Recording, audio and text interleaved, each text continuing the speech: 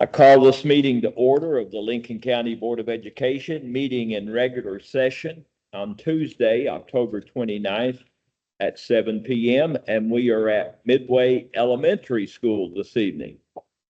This meeting will be live streamed, and a video copy of the meeting will be on the board's website within 5 working days. At this time, I would like to ask all of you join me in saying the Pledge of Allegiance. I pledge allegiance to the flag of the United States of America, to the republic for which it stands, one nation, under God, indivisible, with liberty and justice for all. Thank you, everyone. I'm assuming no public comment for tonight. At this time, we have presentations and reports, and I'll hand the meeting over to Mr. Barnett. Every year we are required by statute to have LSIC reports, and we think it's just good that we come to the school and have those in the school. So our first one is Ms. Sue McComas here, and I'd like to turn the microphone over to Ms. McComas. It's in the orange folders. It's a lot like the. If you wouldn't mind using the microphone if it's on, because I can't hear Sue. I'm sorry. I'll talk loud. Okay. Because I don't think my microphone works. Okay. Well, the acoustics aren't real great in here, but Mr. Miller, That's can you fine. pull that door too? That might help a little bit. I don't know that it will. But I'm not a cheerleader voice, so I can make it louder if you need it. He needs it. Yeah. Turn it up. yeah. But I've got you a visual aid Okay. on this I can still see. presentation. So it's not just auditory, it's visual. What I did is I took my presentation last year and just revamped it a little bit to add some information from this year. And I changed a few things, but a lot of the things that are standard, I listed my student enrollment. I'm down from 255 last year. I'm currently at 237. That was my enrollment as of October 1. I'm really down to 236 now because I lost another one after October 1, but my official enrollment was 237. And I'm seeing that loss mainly due to homeschooling. That's where a lot of my kids have gone. The others have gone to Boone County. I trade with Boone County a lot, more so than Kanawha County, which I think is a little unusual, but that's where most of my kids go. But I would say more than half, because I'm down 18, they went to Boone County and homeschooling. Then I've got the narratives to improve test scores. This is all the same from last year, except we started intervention every day. We do a 40-minute intervention every morning, first thing from 7:40 to 8:20. And they are based on a skill that they're deficient in. And we use the surveys that Dion and Sarah came in. They tested all of our kids. And we use iReady that will identify which kids, if they're having trouble with blending or consonants, or if it's a math deficiency, or if they need enrichment. We also have an enrichment group because for the kids who scored above level, they have an intervention group as well. So it's not based on grade level, it's based on a skill that they're lacking. And then we check that every 3 weeks in PLCs, and we rearrange the groups. So if a student has gotten better in that and they need to do something else, then they'll switch and do a different intervention. But that's something that is revolving all the time that we're doing right now. The next page is the goals and the ones that I have for my strategic plan, and I always want to improve ELA proficiency, math proficiency, and my attendance. And on my goal 3, it says improve attendance, but what I should have put there is maintain, because I did finish last school year with an attendance rate of 93%. And then as of October 23rd, I was at 93.3% it's pretty current with my attendance rate. I will say that on the day of the active shooter drill, when I thought a lot of kids would not be here because their parents would keep them home, I only had 15 kids not here that day in the whole school. So my little tricks are working, I think, because I've got attendance incentives out the Yahoo here. It's crazy. They've been blasting me on Facebook for it today, by the way, because I sent home the attendance reports. So they didn't like that. Can I interrupt Yes, sir. a second? Either you or Mr. Barnett can probably address this. The state attendance requirement, it makes no allowance for grade level, correct? That's correct. The primary grades, kids who are sick the most, they're held to the same attendance level. That's correct. Even pre-K, and pre-K is optional, but if they enroll, their attendance is required. And it reflects in my attendance rate. Yeah, those smaller kids in kindergarten, first, second grade, they miss a lot of school because they're getting a lot of diseases. Well, I went through all those reports today because Mr. Hoover dropped them off. And my grade level that had the most was preschool. So my attendance rate would probably be 95 or 96% if I didn't have to count those pre-K kids. Yeah. And then second grade came in second. I had the most in there, but they are my second largest class too, because I've got 47 second graders. So. All right. Thank you. I'm sorry to interrupt you. Oh, no, it's fine, anytime. And so, so since I'm talking about proficiency on my 23-24, my overall school ELA proficiency was 44%. That was up from 33% the year before. And my math proficiency was also 44%, and that was up from 39% from the year before. And then I just list some of the celebrations that we do each year. I actually did my PBIS reward activity today. The kids got to go to the Clay Center and watch West Virginia Light Guild's presentation of Beauty and the Beast, and they loved that. I had 123 kids that qualified to go on that today. And then I've got attendance rewards. I'm doing a lot of perfect attendance stuff. That's what I'm taking the heat for. I can take it. And I do student of the month, caught doing good. That's something that we do.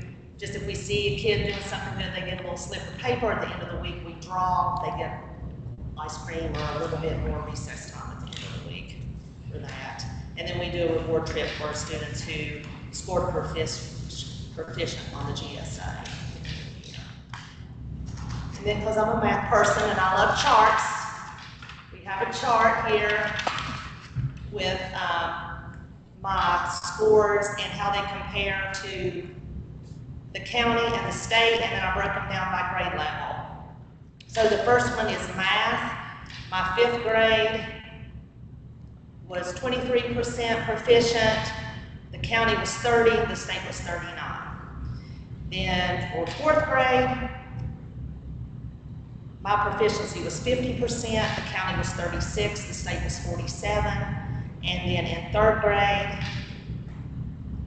I had 59, the county had 32, and the state had 51.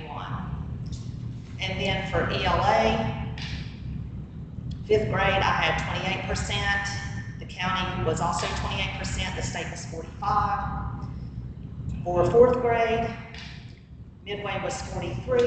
The county was 37. The state was 46. And then in 3rd grade, I had 62% proficient. The county was 31. The state was 39.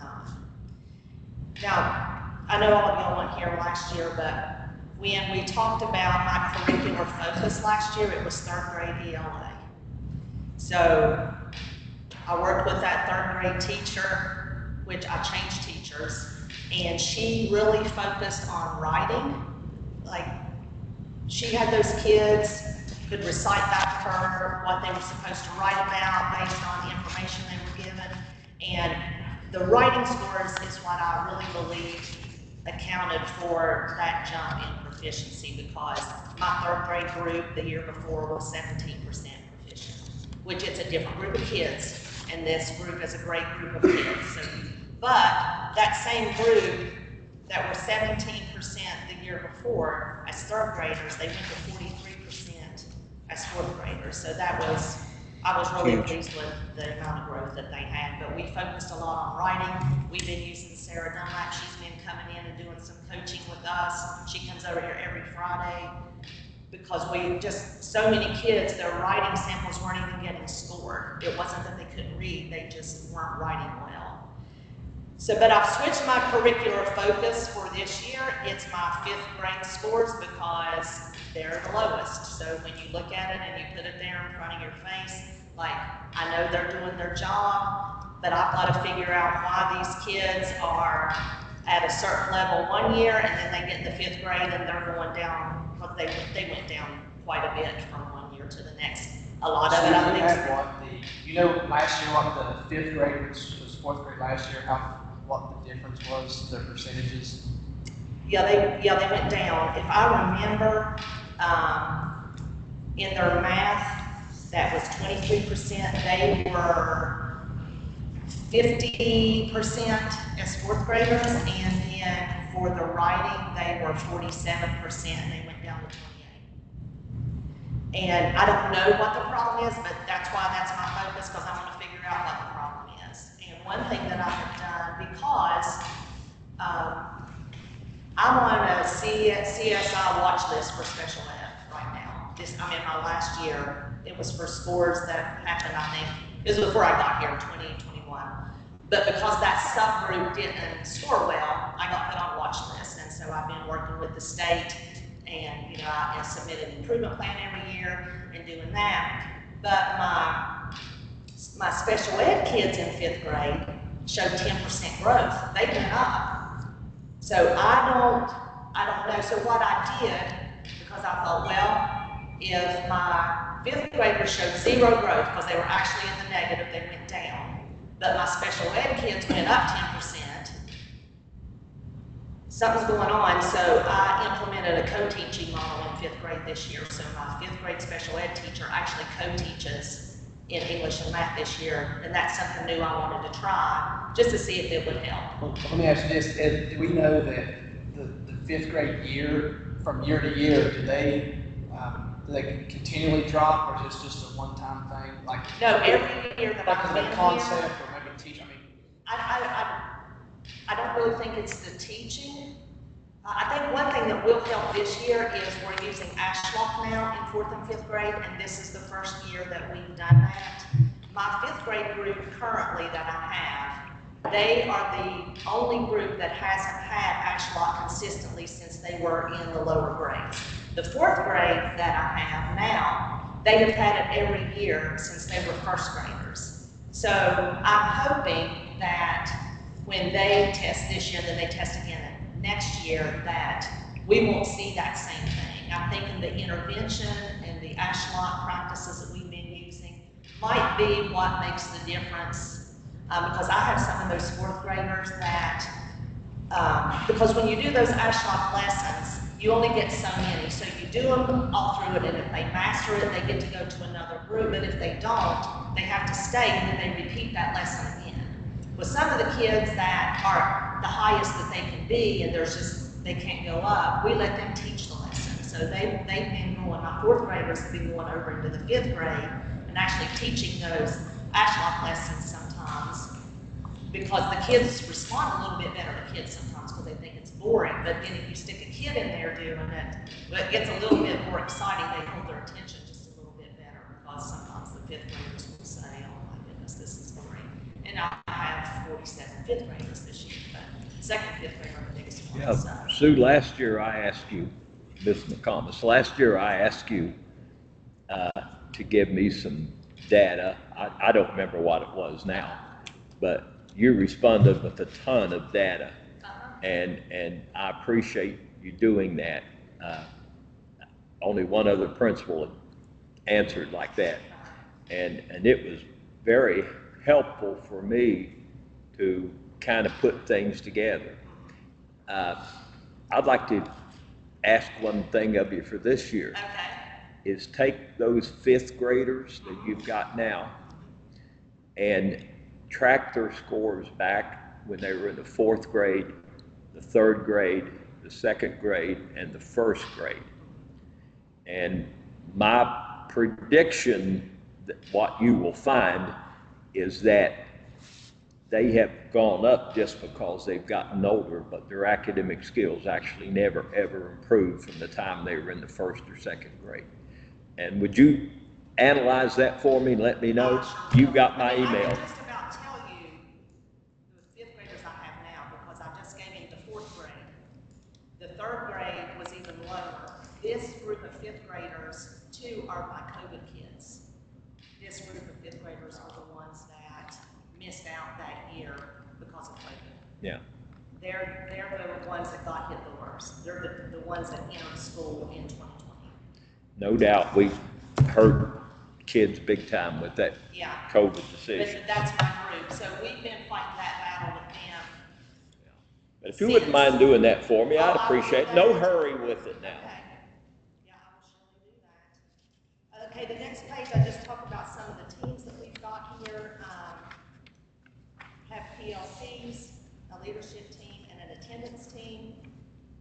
My PLCs meet every week, and I'm always in there, and we're looking at data, sometimes as a whole class, sometimes individual students. And then my leadership team, we meet the first Monday of every month. And if we don't have school for some reason that day, it's the next Monday. And then I have an attendance team. They make person-to-person phone calls when kids are absent. And today I just took Beth my list of kids who were identified as being chronically absent from the reports that Mr. Hoover brought me this morning, and she's going to be making phone calls. And you know, some of the kids we know why they're on that list, and we know that they're going to be able to come off, because as long as they don't keep missing, they can come out of that chronic absenteeism. It's just at this point in the year, they're considered chronically absent because they've missed more than 4 days of school, which is not a whole lot. But I had, you know, I've had a girl had her tonsils out, you know, that kind of thing.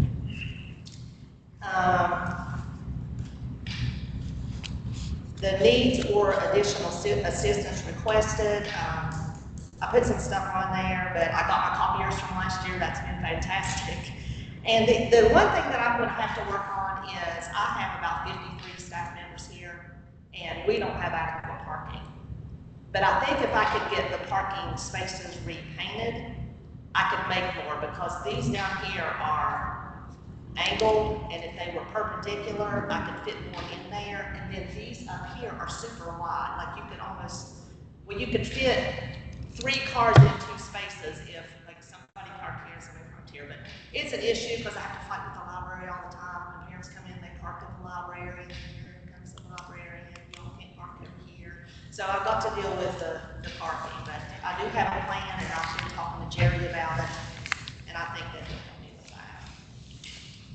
And then the next page is about my LSIC. I've got my officers listed, my business partners, my parents, and my service person. And then we have to update our LSIC meetings and trainings in Weebus and all the initial ones that we have. I did that on September the 6th, so it's up to date, and our next meeting is scheduled for Friday, November the 1st. And then my last page, because I think last year somebody asked me how many kids did I have that were not being raised by their parents, and I couldn't give that off the top of my head, so I looked it up this time. I have 22 kids, which is about 9% of my student population. But I wanted to talk about special ed because it's been said to me quite a bit that we're putting too many kids in special ed. And I just wanted to explain what my process is for identifying kids that I feel like need extra services in the form of an IEP or whatever it may be. It doesn't always have to be an IEP. And I feel like what I'm seeing here is we are getting so many more kids who are damaged by drugs, who have suffered trauma. Like, I have so many kids that have had a major traumatic experience, and it affects their learning. It does something to their brains. And of course, COVID, because there was loss of instruction, kids didn't get experiences that they usually get, and they're suffering because of that. Some of the stuff I can't explain, so I just put some of my statistics here. I have 62 kids with IEPs, but a lot of those are speech because I have the littles. So out of those 62, I have 33 who get direct services for either ELA or math or both. I didn't separate those out. That is 14% of my student population. The national average is 15% and the state average is 17%. So I'm actually below, and that blows my mind. Like, when you come in here, if you all would come in, and you can anytime if you want, and sit in some of my special ed rooms and look at them and talk to some of the kids, you would think, man, she's got a lot of special ed kids in here. And I probably do, but when I looked up what the average was, I'm under that. Not that I'm bragging about that, because I do feel like I have a lot of kids who do need special ed services, but we're trying to identify the ones first who need it the most, and it takes such a long time. 19 of those 33 are in K through 3. That's 8% of my population. 9 of those 19 in K through 3 have an autism diagnosis, and I have 6 that are nonverbal. And I think back to when I was in school, how many kids did I go to school with that were nonverbal? Not very many. Like, I might can think of one, and I've got 6 that are in grades K through 3. Now, that's not counting the kids that I have with autism diagnosis that are in grades 4 and 5, because I have those too. I just don't have any that are nonverbal in 4 and 5. And the way that we typically do things here is and you have to do it, but we get them in the SAC process first. And that's a team of, I have a SAC coordinator that's Amanda Howe, she's fantastic. I'm on the team, my Title I teacher is on the team, and then we include the classroom teacher and a special ed teacher if necessary. And we look at what that kid's problems are, where they're having trouble, and then we set some goals for them, we make accommodations, and then we track, are they making progress with those accommodations? Rarely do we refer a kid unless they have been in SAT. Like, we usually have 6 meetings. We could refer after 3 meetings. I rarely refer after 3 meetings because I don't want to over-refer. So, but if they start regressing within those 3, then we know that we have to, because what we're doing is not working. We document it all. The thing that concerns me is we have extra paperwork that we have to do now before we're even allowed to refer to SAT. And I just think it takes long enough anyway, and if you're adding 3 more weeks onto that, you're not doing those kids any favors. And the one thing that we use is iReady, and it's on the back, has what's called a reading difficulty indicator. And it explains what it is, but it only will flag kids in K through 3. Right now, I only have 12 kids in the SAT process. We're getting ready actually to do their SAT 2 meeting this Friday. But when I printed the report from the first iReady diagnostic, I had 16 kids that showed up in grades K through 3 on the reading difficulty indicator that were not in SAT.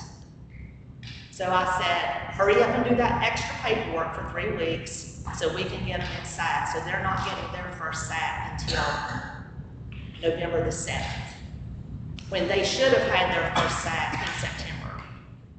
But And you're saying that's the 3 weeks of paperwork that's causing that? yes, And is that from the county or is that from the state? from the county.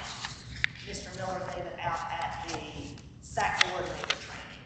What we have to do is we use this, and you have to have one for English and one for math. And the classroom teacher, before they can make a SAT referral, they have to document the accommodations or the interventions that they're trying. and submit this with their SAP referral. And then the SAP referral forms are these that they already had to do, that they've been doing. And then this is in addition to all of these things. But this has to be 1 to 3 days a week for 30 minutes for 3 weeks. Can I see that? Yeah. And these are the ones that we did before. But we got all those in, and then, this is my report for the, from the reading difficulty indicator. And the ones that are highlighted, because it puts a Y or an N out here, meaning yes, they were flagged or no, they were not. And this says that students who are on this, there needs to be further investigation to understand why they're having that difficulty. And every one of my kids that have an IP is on here, but I also have a bunch who aren't. Like I have 16. So I put those 16 kids in SAT, and we're going to have their meetings. But, you know, they took this test in September. I've had this since then. And the teachers have been doing the stuff because whatever I say, I said, listen, we've got to do this. They want to get the help. They did the work. But it's just, I just feel it's not necessary. I mean, I don't know. Y'all didn't ask So me. you feel like the previous paperwork that you got before was sufficient in your professional opinion? To me, That this is open to? to me, this is sufficient because it's a computer program that doesn't know that kid. And they're doing something that I don't know, but it is making this program flag them that they are having some type of reading difficulty. And I just think it's worth a minute because refer them to SAT, and then we get together and look at all of their other stuff and say, well, no, they're not really having that problem. And then you don't have to keep them in SAT. But to do all that just to get them in SAT. That way you've not lost any time. Right, we've lost time because we had to say, okay, let's look at these kids. Is something new? Like, That's new for the beginning. Now, that is something we've always used once they get in SAT, because once they get in SAT, we've always used that. We do targeted intervention first, and then after we mark all of those, my Title I teacher does it, and the classroom teachers do it. If that's not working, then we go to intensive, and then there's a separate form for the intensive, and we do all of that. If they're making progress, we leave them alone. and now you're having to do it on the front end, which Yes. is delaying getting them into. Yes. Yes, that's what we're doing now, but we did that. We're having their first meeting on November the 7th. And so that's up to me. I think now I'll have about 25 kids, I think, in SAC, which I don't think is a whole lot. But what's more important to me, it's got these kids on here. Now, what does concern me is it doesn't flag my 4th and 5th graders, but I go in and I look at their first diagnostic, and if they're testing on kindergarten level or 1st grade level and they're in the 4th grade, then I reach out to the teacher and say, hey, you need to start the SAC process on this kid.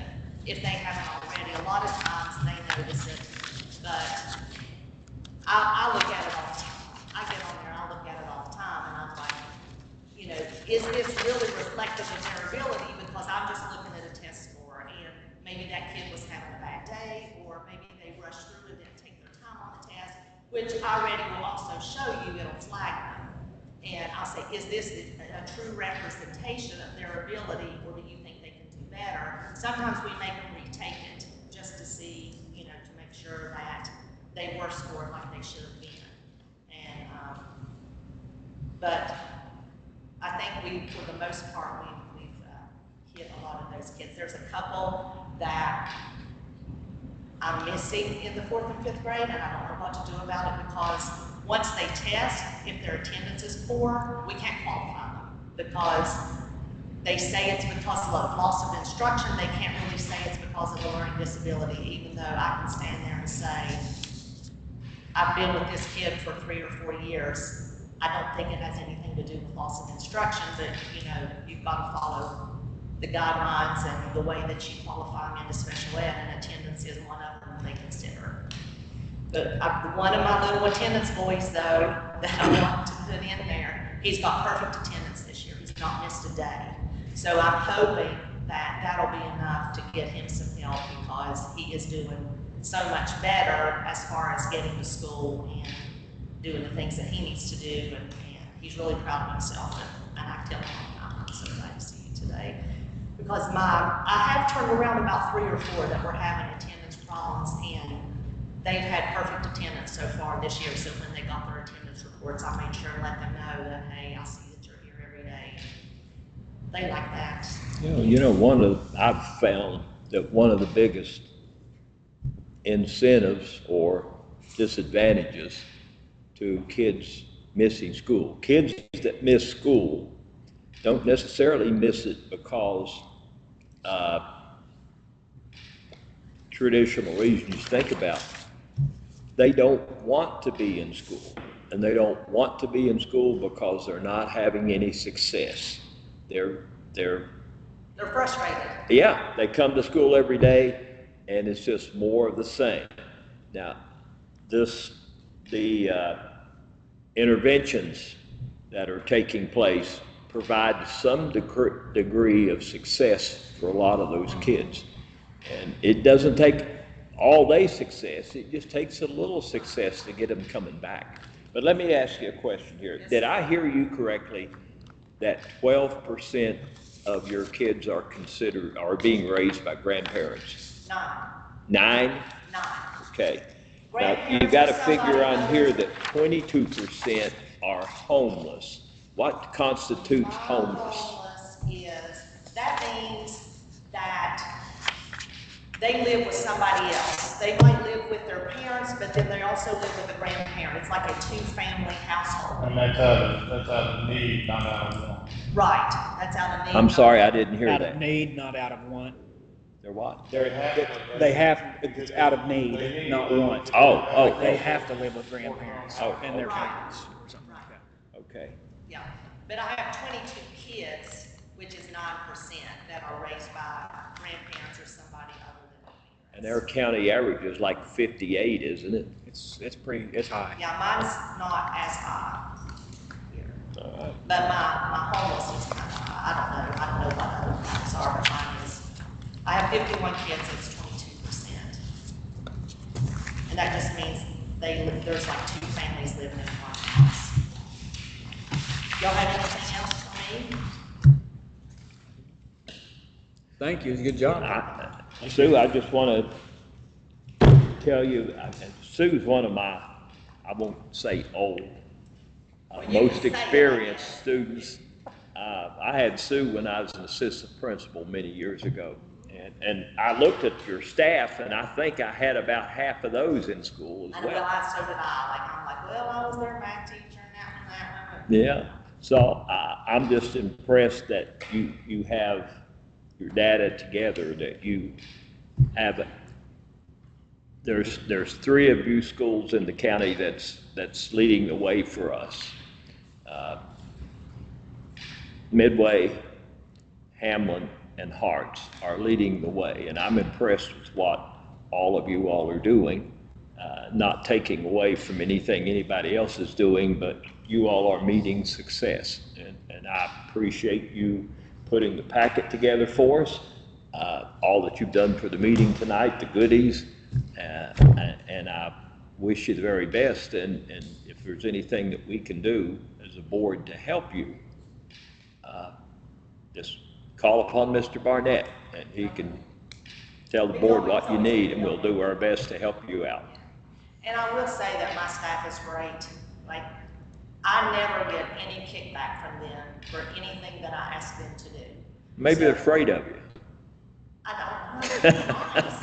I'm joking. I don't I'm raise my sorry. voice much. But, no, but they are really good, because I've worked at other places that when you would ask to do something, you would get the naysayers and the negativity. Yeah. But they really just want to do what's best for kids, so that's all I have to say is I feel this will benefit our students the most, and it's never a problem. I think it's obvious you have a good school. They are fantastic, so I always like to brag on them a little bit whenever I get the chance. And You extend our appreciation I to will, it. thank you. Thank you, Sue. Thank you, Sue. You're welcome. Barnett, got the other thing. That's fine, that was just an extra copy. And we have Mr. Matt Miller going to talk about special ed Director Matt Miller.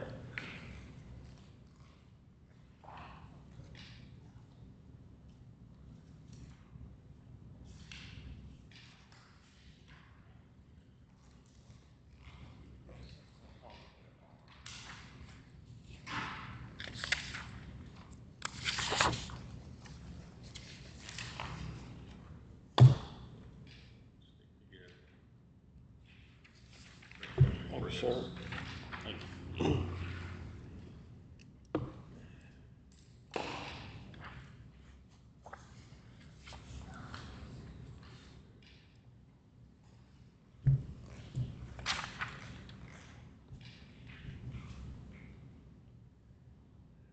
I'm going to talk a little bit about things that we got going on in the world of special education. I know a lot of you are new. I'm going to start out by talking a little bit about my job duties so you guys have an understanding of some of the things that I do as part of my job. Starts off with testing accommodations. I oversee 3 psychologists we have.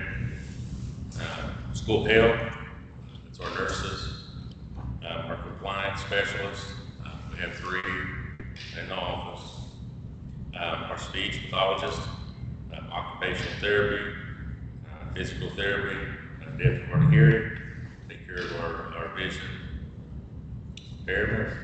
I have a secretary, Cindy, who does a fabulous job. Our office wouldn't function without her. Some of the other things I deal with is our West Virginia TSA, which is our tier systems of support, our SAT process, Special Olympics, Section 504, our special needs, our West Virginia Birth to 3, transition services, our ADA compliance, our trauma response team, CPI, and our Title IX coordinator. So those are some of the things that fall under my umbrella of what I do on a daily basis. As some of you guys being new, one of the things we get asked a lot by parents is sometimes I'll have kids that are struggling and they think that, an IEP is the way to go. So if you flip that handover on the back, I did a little diagram, just kind of what an IEP is versus a 504 plan.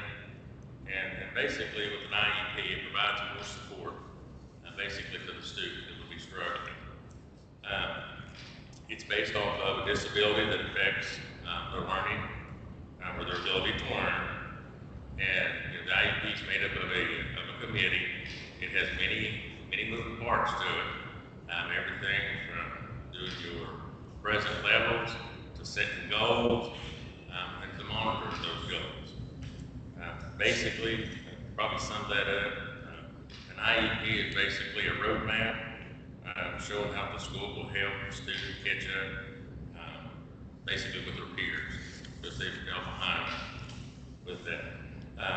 Your 504, the difference between it is a 504 is identified as being a medical issue that needs to be addressed, and we do that by providing accommodations. And some folks think one is the other, or the other goes back and forth, or you can have both, but you can't. It's either one or the other based on the student's individual needs. And with a 504, you're providing accommodations such as assistive technology, and that could be anything that the student's hearing impaired that needs hearing aids or another device, preferential seating, getting some written instructions. Could be for a student that has asthma, somebody that has ADHD, or one of the popular ones are like here who else in. We've seen one of the different say it, since COVID. And again, they'll probably continue to do that for a little bit before the flattens out. Basically what I read. That's kind of a little bit about the difference between the two. Kind of help clarify it a little bit with you. The next thing going down the list there is our enrollment with our special ed population. And currently, we have 2,732 students listed in our school system. This was as of yesterday. With 699 of those students with an IEP. If you back up to last year, we had 2,862 students with 674 students with IEPs. And then if you back up the year before that, which was the 22-23 school year, we had 2,944 students with 627. If you continue to back up a couple of years prior to that, you'll get to year 2020 when all the excitement happened. Currently at that time, we had about 525 students with IEPs in Lincoln County. So as you noticed, since over the last 4 years, those numbers have increased. And it back to part of what Mr. McComas had mentioned earlier. It'll be part of the driving force, behind that with COVID. A lot of those kids are coming out behind. Sometimes we see kids that struggle at homeschool. They come back, they're behind, and you got to catch up. So it's getting those folks back up to speed with everybody else.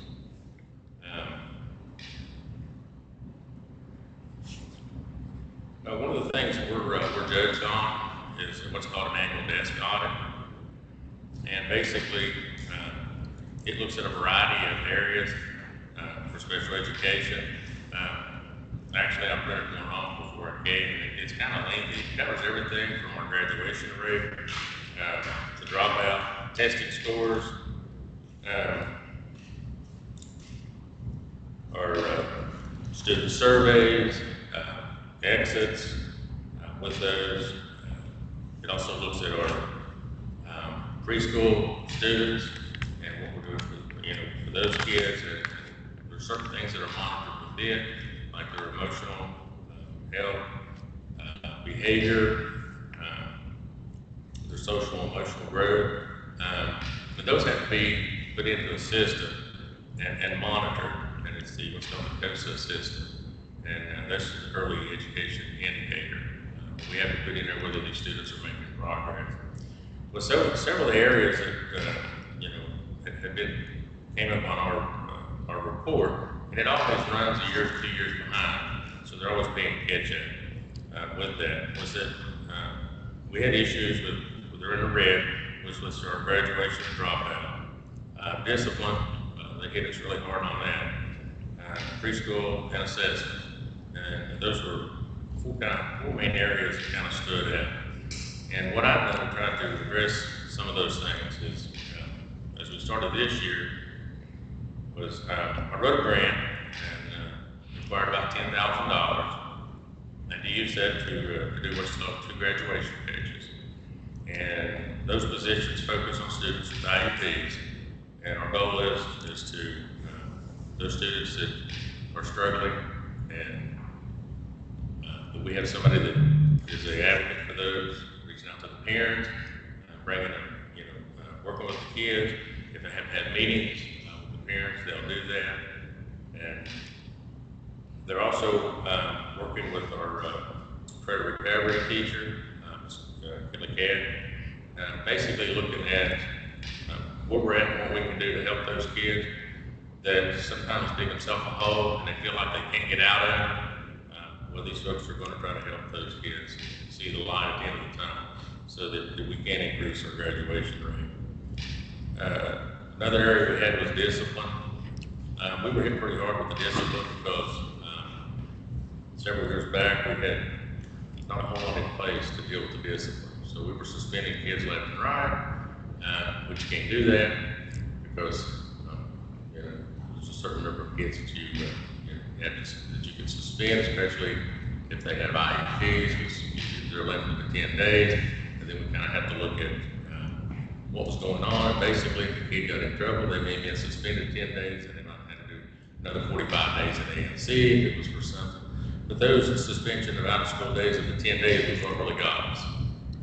So we're working, I work with Mr. Barnett, Mr. Davis. We've changed the way we do that. We're utilizing in-school suspension a lot more than we had. We're using our alternative learning center.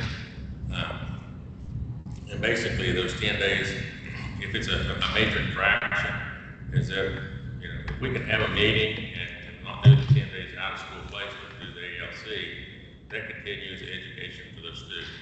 And then they'll move over to ALC, and there's a teacher there, there's an aide, and those kids can work on stuff for that period of time. So instead of being a 10-day suspension out of school, they're still in school, still working on their schoolwork, and are not getting time. And that was one of the issues that we ran into before. Moving on down, we provided some additional training to staff this year on IEP training. I asked the state's been really good. I've asked them a number of times to come out and help with some training and provide some areas of need that we had. And they've been real good about sending folks out and working with us to improve that. We did IEP training, behavior interventions, CPI, teaching on grade level, because that's one of the things that we're monitored on with our special ed kids is the material and the content that's being taught in the classroom. Is it on grade level? And that's what we're working to make that better. And hopefully that'll help us with some of our test scores. And just overall student. Another area there that we looked at was preschool.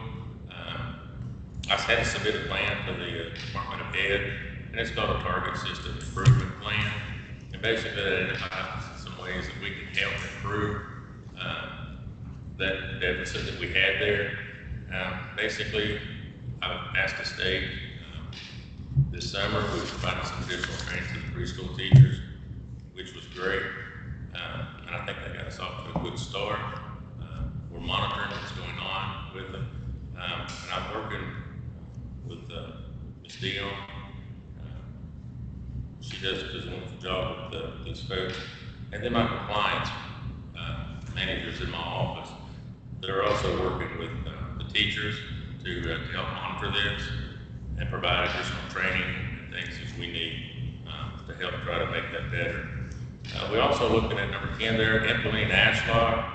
We implemented that this year for the special education students. Before we didn't have that, but those students are kind of on an equal playing field with everyone else now. And hopefully, from what I've read about it and research, and actually went and visited a county that actually utilizes this, is they had a tremendous amount of growth over several years period of time.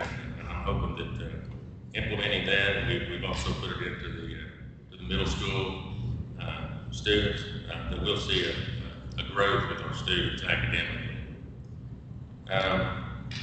Number 11 there was a communication grant, and that was to help purchase what's called an eDoc system, and that's where our SLPs to monitor and document what they're doing with the students.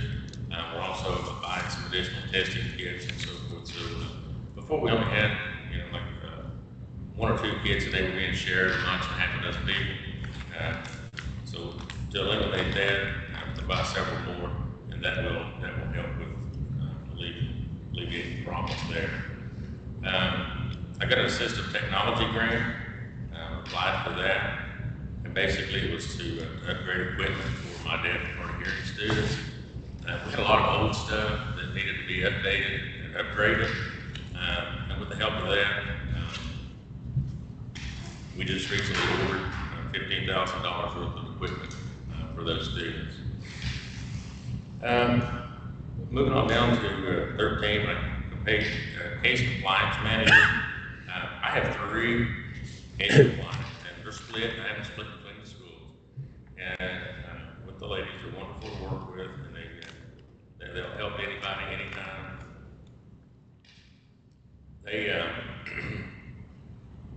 They range from anything from dealing with our Earth to 3 students, to transition services, to do meetings.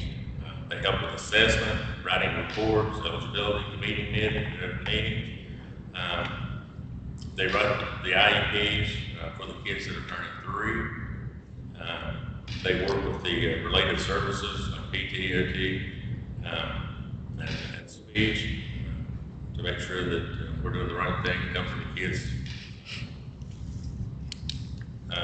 They complete reevaluation plans. Now the reevaluation plans, that goes for every special ed student. That's a yearly thing that has to be done, and kids rotate on a schedule because you get your triennials, and they help, with that. Remember, we have 600 and some kids, so it's important for those 3 to do that. I'm sure where that would fall if I didn't have those ladies. Because they check our IEPs for compliance. They work with the teachers and the principal. One of the big things that they help a lot with is our troubleshooting for WEVAs, going in and cleaning up our data errors and collection. And we have to do that multiple times throughout the year before we can submit reports. They correct IEPs.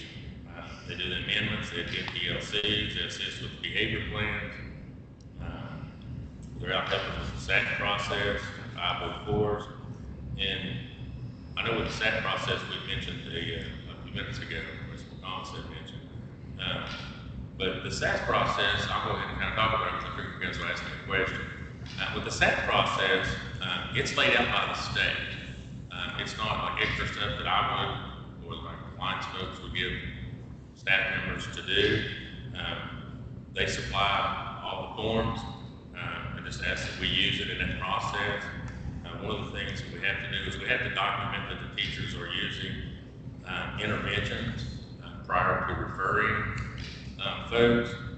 And basically the SAT process it's called, it's part of what's called the MTSS policy, and that's the multi-tiered system of support. And all that comes from the state. It's not anything that we do differently or add anything to it. But I know it is a lengthy process, and I know there's things that, that come up, but we would like to make it faster. Sometimes they say that we do this, that the speed of process, but it's slowing down. Can I interrupt you there?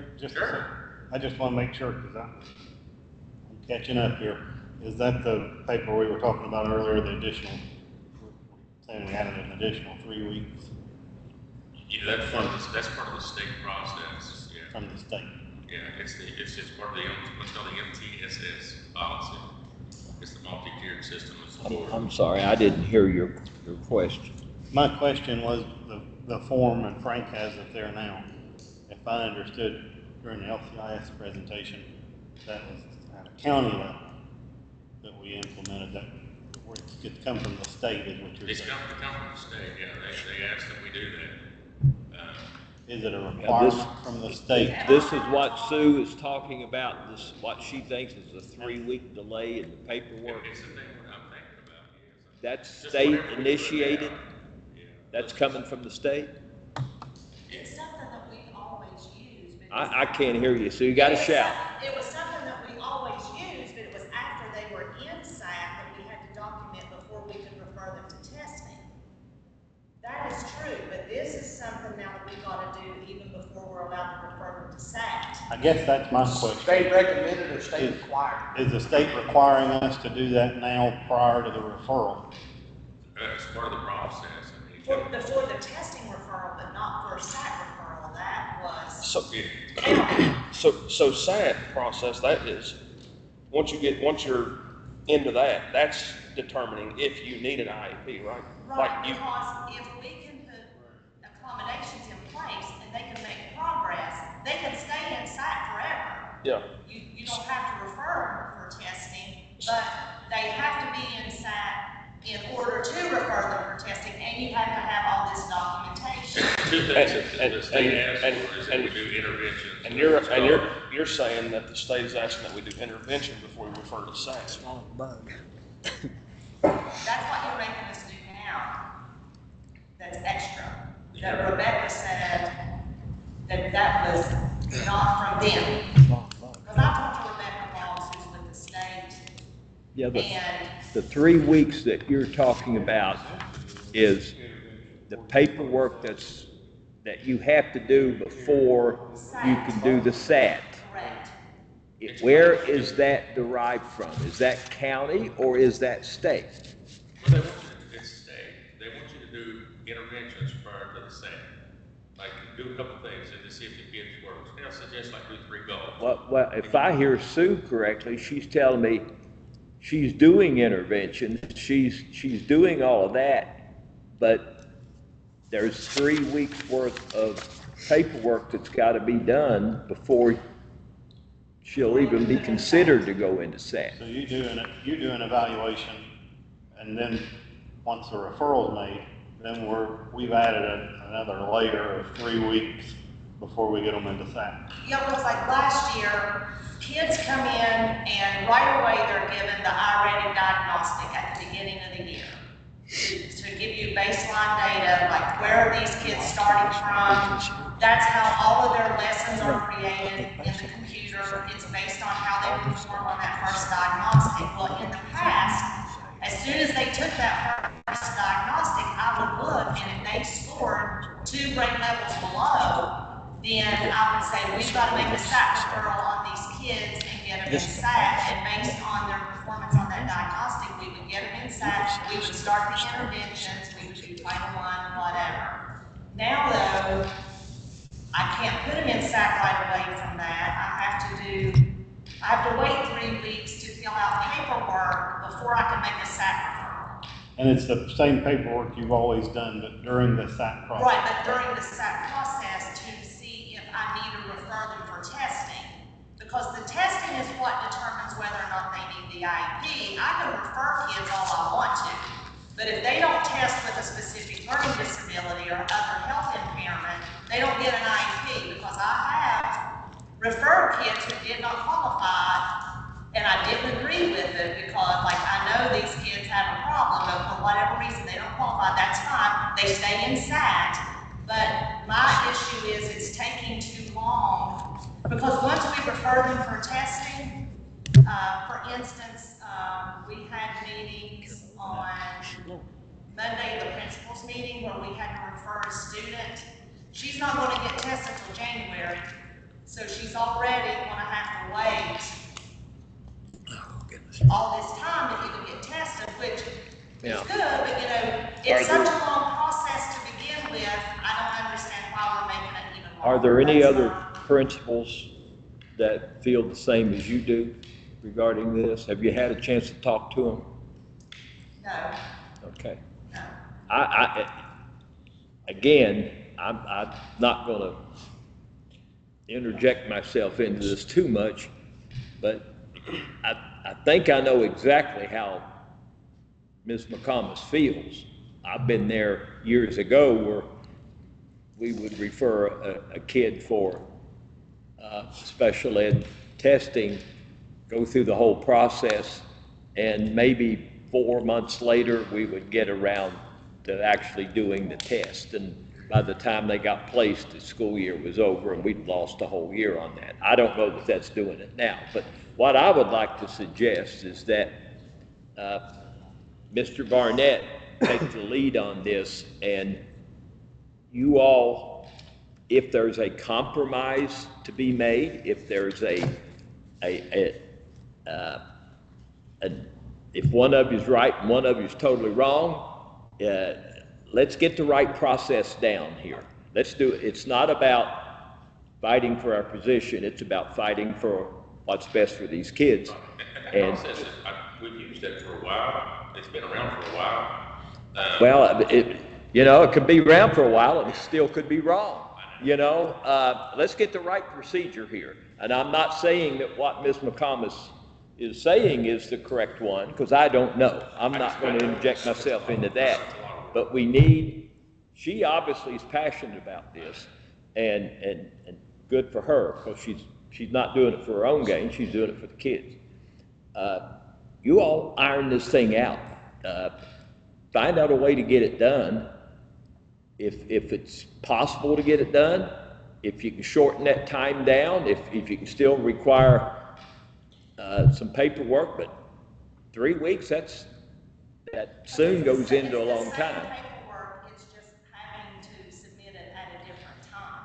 Yeah, I understand all of that, Yeah. but let's find the right mousetrap in this thing to get it to work for kids.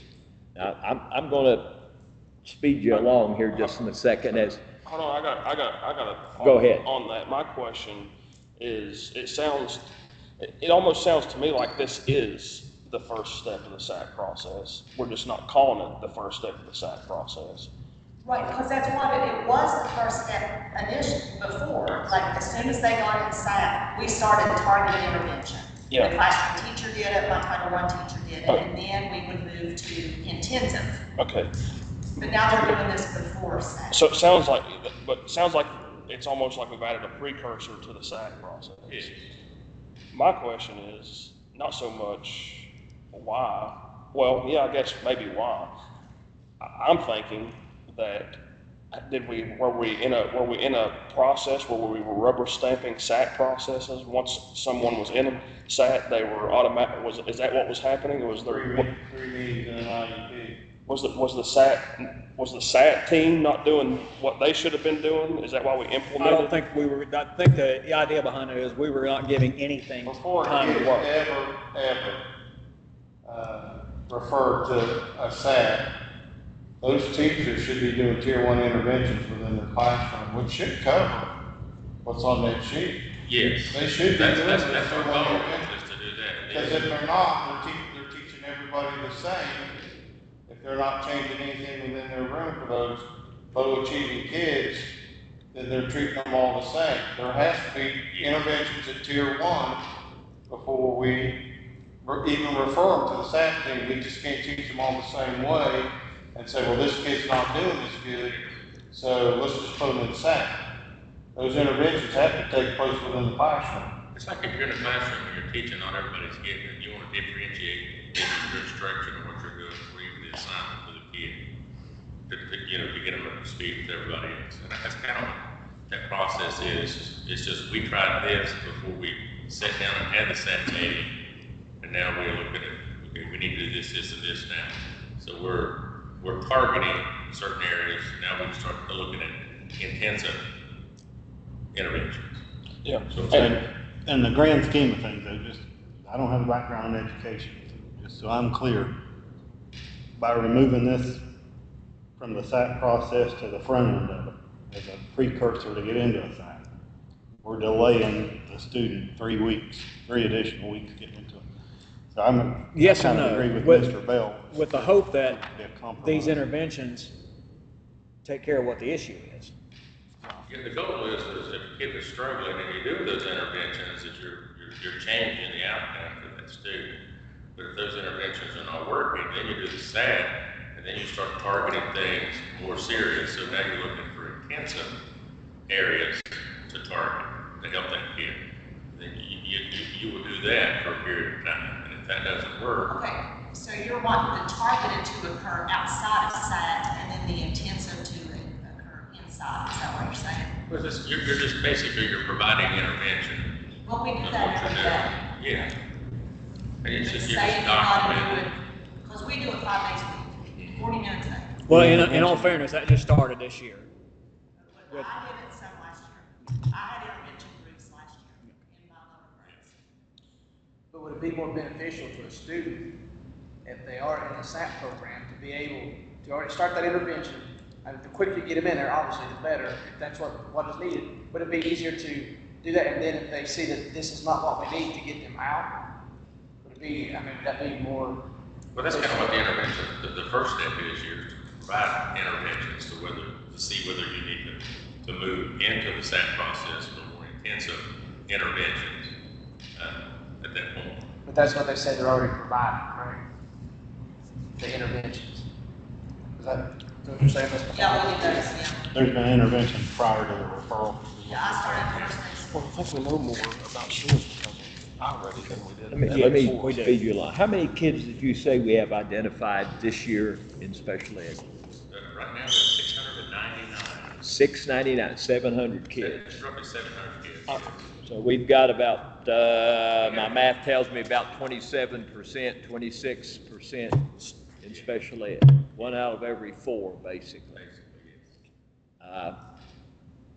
And that counts speech only. I'm sorry? That counts speech only, because like I thought half of mine, like I showed that I had 62 kids with IEPs, but only 33 of them get direct academic services. The others get something Okay, we're talking like- hearing, we're talking speech. Yes, gifted is also counted in that. Okay, that's part of that 700. Yes. Yes. Okay, There's not very many so kids too. academic, if we think academically, I don't know, do we still call it EMI? No, What's it called now? we just call it direct service. Direct service. Direct service. We don't, do we still have an LD? Yes, it depends on the kids. So we have exception. LD students and then we have direct service students? Well, those usually are, they call them, SLD, specific learning disability. That's our biggest LD. one. Yeah, well, the specific learning disability is never identified as a specific learning disability. It's just, we used to call them just LD students because there was never a specific learning disability identified. I never saw an IEP with one. But we have kids who are cognitively deficient, who have that low IQ. What are they called now? MMI. MMI? Or low incidence. Okay, so we've gone back. It used to And be, there's also, we went there's from, also ID. okay, intellectual disability. I got you. Okay, now, those are what I call the academic, Right. students that are there. How many, you say about half of our students qualify for the low cognitive and the LD students? That's about half of mine, yes. Yeah. Okay, Fair to say. about half. All right, that's good for my information. I'm gonna hurry things along here. I appreciate you doing this, by the way, thank you. As a board member, I wanna make sure that your paperwork's right, that we're getting students identified in a timely manner, all that being done? Yes. Is the State Department providing any assistance for you? Yes. So as a board member, I don't have to worry about the State Department coming in and saying, boy, that Lincoln County Special Ed Department is just totally non-compliant with what we're doing. You feel good about us being in compliance. Yes. That makes me feel better. And I reach out and talk to them often. I'm sorry? I reach out and talk to them often if we need help with something. They're really good about providing help, and making sure Well, we're headed in the right direction. let's use their help. Yes. You know, our role should be not to be afraid to ask for help, not to be afraid that if we make a mistake that somebody will know about it. Let's get it corrected. That special ed, people can come in and look at your special ed records and find mistakes. A few may be acceptable, maybe. We shouldn't have very many.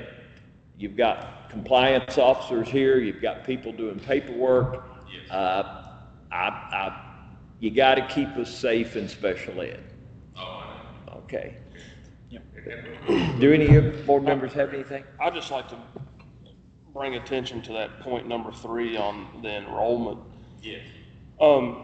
You know, you're talking about this school year, 2732 and 699, and then down to 2022, 2944, 627, and the one in between there in that 3-year span, 674 and 2862. I mean, really the IEP population to me is staying pretty accurate. What's decreasing is our non-IEP students. That's correct. And if you will look at the data from all the tests that show from statewide, what doesn't ever change is that bottom 25%. And what's going to end up happening is Lincoln County is going to be 100% of the bottom 25%. Yeah. If we're not starting to do something to retain these students and keeping them in county. Yes. Yes, we need our population. See that this year, since you mentioned it, with some of our classes, because, with our classes, we have that 30%, by state policy with students. But when you're losing your non-IEP students and you're retaining students that have the IEP, it's offsetting those numbers in the classroom. Yeah. To where they're. It looks like, much higher. the percentage is growing, but we're losing the non-IEP students. How many homeschool kids have we lost? How many kids from the special ed roles have we lost to homeschool? I've lost 2 this year. 2 of my kids that have IEPs. We've probably lost 10 since school started. So we aren't losing many special ed. Those parents are keeping those kids in school. That's Well, correct. that's one thing I wanted to point out about the 2021, where it looks like we were so low on IEP kids in the 500s. That was the year kids could go virtual, and if they went virtual, they lost their IEP. That's correct. And a lot of special ed kids did go virtual that year, so that's why that number's low. But that's why I'm in the boat that I'm in with my CI and CSI, is because all those kids went homeschool that year, and they didn't have to test. Okay. Because they were virtual, the IEP kids were home. They came back the next year, and they all got tested, so it looked like they didn't perform as well that second year as they did the year before, but not as many of them took the test. But I think that's why that number's down in the 500s for that year, because Okay. I know the first year I was here, I spent most of my time reinstating IEPs from kids that returned from Correct. virtual. Does any of the board have any other comments or questions for Mr. Only, Miller? I feel like I derailed your presentation. If I did that, I apologize. Question. All right. No, we thank you very much, Mr. Miller. Thank you very much. We appreciate you taking your time, and you, Ms. McComas, for being out here this evening. We're going to move on with the board meeting here. I should point out that one board member is absent. Witchy Burns is absent from us tonight. She has had death of her husband, and she's not here. At this time, I'd like motion and a second. So to approve moved. the minutes of the October 15 meeting. Wilson makes the motion. Second. Cartwright seconds. All in favor of approval, say aye. Any opposed? And it's 4-0. Any discussion on administrative items?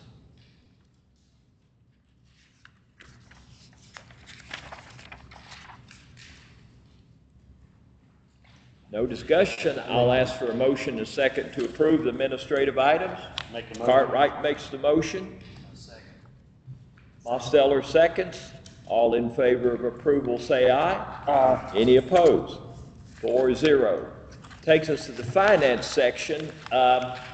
We've got this handout here, and our treasurer is not here, so once again, we'll hold this over until some discussion can be had with our financial officer next week.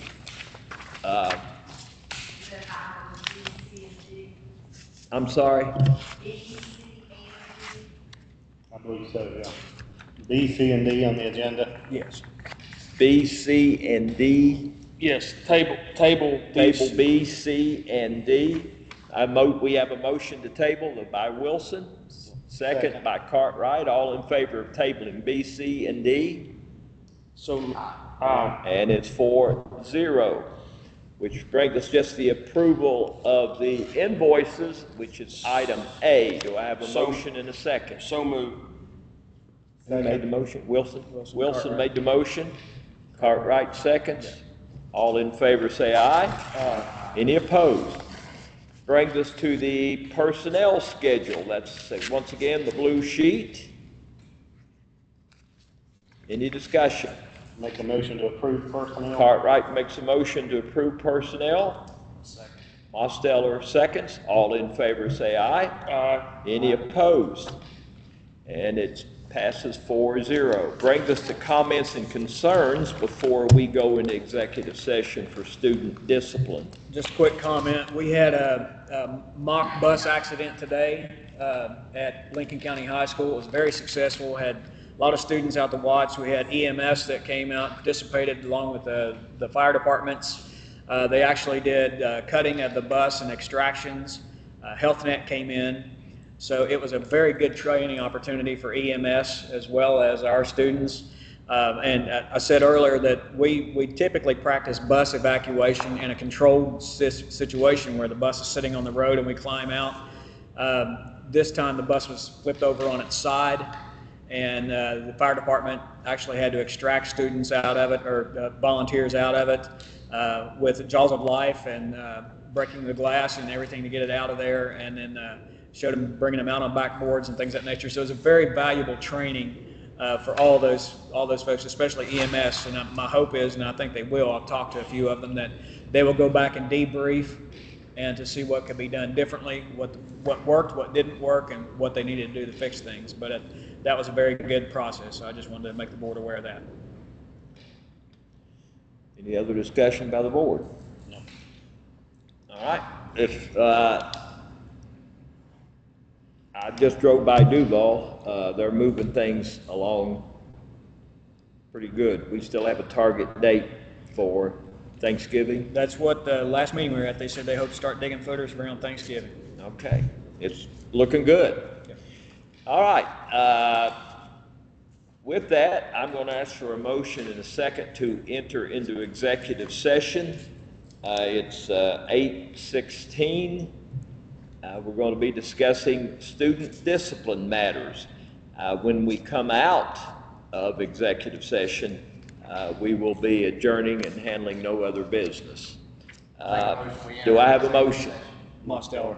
Mosteller makes the motion. I'll second. Cartwright. Cartwright, second. All in favor of going to executive session, say aye. Aye. Any opposed? And we're going to recess into executive session. And thank all of you for coming tonight. And let's take it back.